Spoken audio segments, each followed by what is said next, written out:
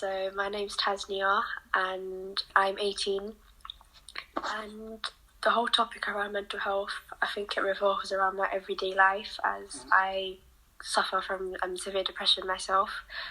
And I think a key topic that a lot of people don't really talk about mental health is like the access to therapy for young people in specific. Like, I'm 18 now and I've just started to access like professional services, like proper professional services that I benefit from. Whereas when I was like before 18, like 17, because I've been suffering it for like 6 years, every year before that, the only thing that they would keep referring me to is the same service. So I think like with like NHS in general, I think NHS is really helpful, but I think with young people, for some reason, they don't take it as seriously, in my personal opinion. They will just keep...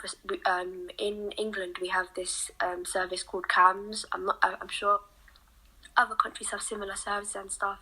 With young people, the only thing that they keep referring them to is the same thing, and they don't really explore the fact that that might not help every single person.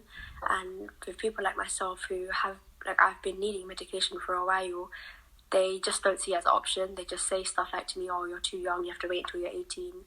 And my perception is, why do I have to wait until, I don't know, it's, for other people it might be too late, and there's been so many times where I've been in crises. Why do I have to wait for a certain age to access different types of like therapy to my mental illness? And I think generally the cultural gap, because I'm a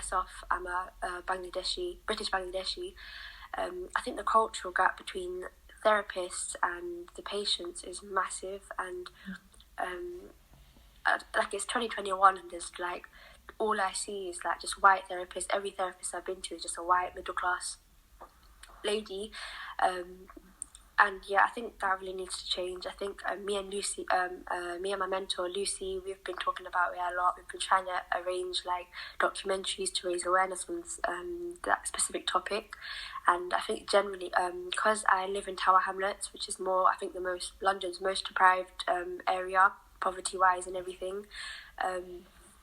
A lot of people obviously suffer mental health issues, but a lot of people, especially from Bangladeshi or black ethnic minority backgrounds, they don't actually access the help because of the fact that there's a cultural gap and the fact that there's not that mutual understanding between the therapist and the patient, where they, like, going through mental health problems and everything that they go through is hard enough, but having to educate your therapist on what you're going through on top of actually facing your difficulties is like such a massive like negative impact on a lot of people, where they just get put off the idea, you know what, this isn't for me, when actually it could actually benefit them long term.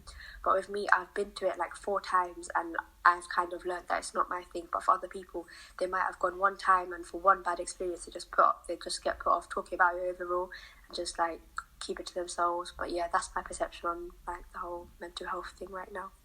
Wow, that's incredible. Thank you so much for sharing it and for your openness and honesty.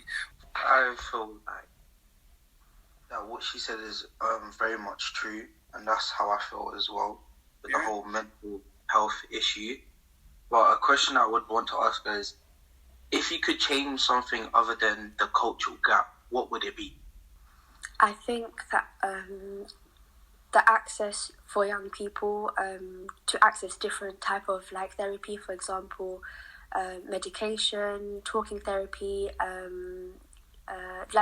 there's group therapies and everything.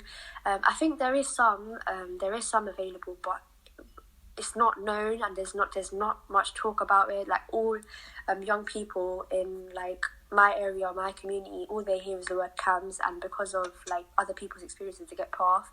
So I think if people were like to offer us more help than just CAMS or just counselling, that would be really beneficial for us, I think.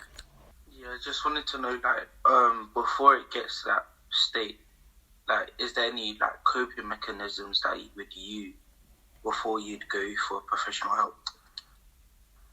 I think that's something that I struggle with till this day. Like, it's just so unpredictable when you get to that stage. But I think something that I noticed is I try to avoid being alone. Like, as lonely as it can get in those moments. But I think even like someone like my mum, just sitting with my mum in the sitting room or sitting with my friends or something, just kind of to distract myself. But then, of course, you can't constantly distract yourself from your thoughts.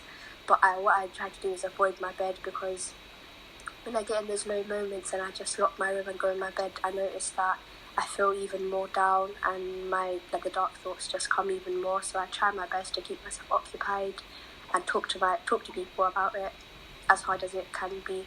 But I think just like, instead of bottling it up and just saying even writing it down in a diary, I kind of find that helpful as well. But just like expressing my thoughts, and like, so I'm not the only one that has to listen to it. Even if it's a piece of paper, I see it as the paper's listening to me as well. That's great. That's really amazing. Thank you so much, Tasnia. An amazing question, Rajaun. So the first question I'd probably ask is, what are your current thoughts on mental health today? That is not fair on the younger generation, or Generation Z, or whatever you would like to call it, because there is the mindset of, they're just over-exaggerating, or that's not actually how they feel. They just want to do it for attention, when people are actually going through those states where it could potentially lead to like self-harm and stuff like that. 100% I agree. I think a lot of people undermine our mental health as well, and they wait until it's too late, and when something happens they just say, people should have cared. What do you think that, like, as a community, like whether it's on the internet or where you live, or in general, just everyone, like the young people as a whole, and like everyone, what do you think that we can do specifically to change this problem? To get more, I would use the word cultural, as in people that can relate to actually what you've been through, and they've surpassed it, and they've become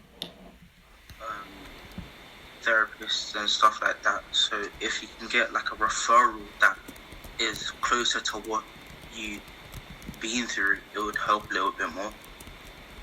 Do you think like systems such as the education system can do anything or bring any change? Like, and if you do think, what do you think that they should do or can do?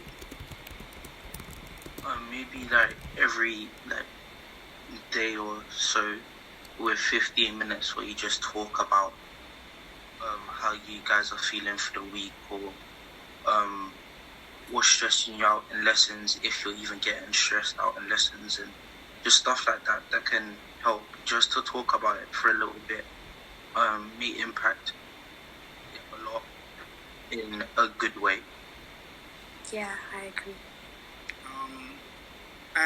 So for you, Rajaun, as a black young boy, do you feel you're able to talk about mental health and things that are happening with you to the people around you that might also be black and young boys as well, or family or friends? Do you feel like you have the open, receptive responses by the people around you to have discussions around mental health when you feel a particular way? Not really. Well, everyone will say, just speak about it and it will help. But if I'm speaking to like that person, the person's not listening to what I have to say, it's even worse. Or they say, you're over exaggerating, or they listen but they just don't do anything to like help and stuff like that. Just the little things. Maybe if they ask you how you are, like when you come in the door from wherever you're doing, from work, wherever it's school, it'll make you look and be like, okay, they do care, and maybe I'm not alone, if that makes sense. Yeah, perfect sense. This podcast was produced as part of the Unfiltered Project's Industry Masterclasses. Thank you so much to Kay, photographer, poet, filmmaker, mental health researcher, playwright, youth worker and founder of the Smiling Boys Project, for leading the podcasting masterclass. This project is funded through the Young Londoners Fund and is supported by the Mayor of London. Check out more on our Aircast feed.